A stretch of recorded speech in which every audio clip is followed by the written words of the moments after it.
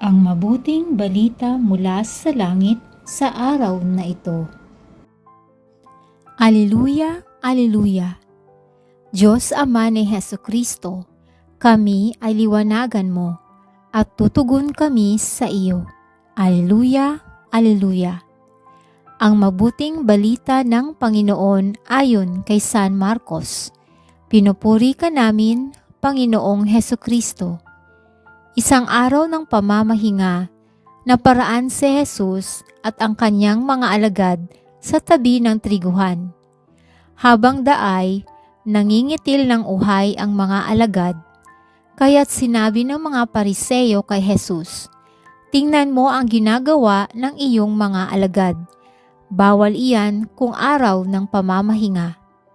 Sinagot sila ni Jesus, "Hindi pa ba ninyo nababasa ang ginawa ni David noong si Abiatar ang pinakapunong saserdote?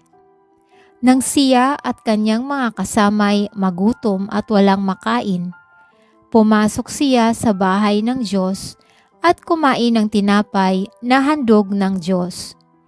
Ayon sa kautusan, ang mga saserdote lamang ang may karapatang kumain niyon.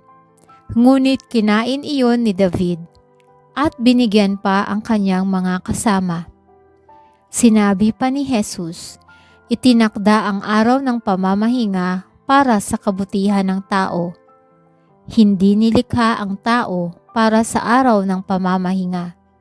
Kaya't maging ang araw ng pamamahinga ay nasa ilalim ng kapangyarihan ng Anak ng Tao.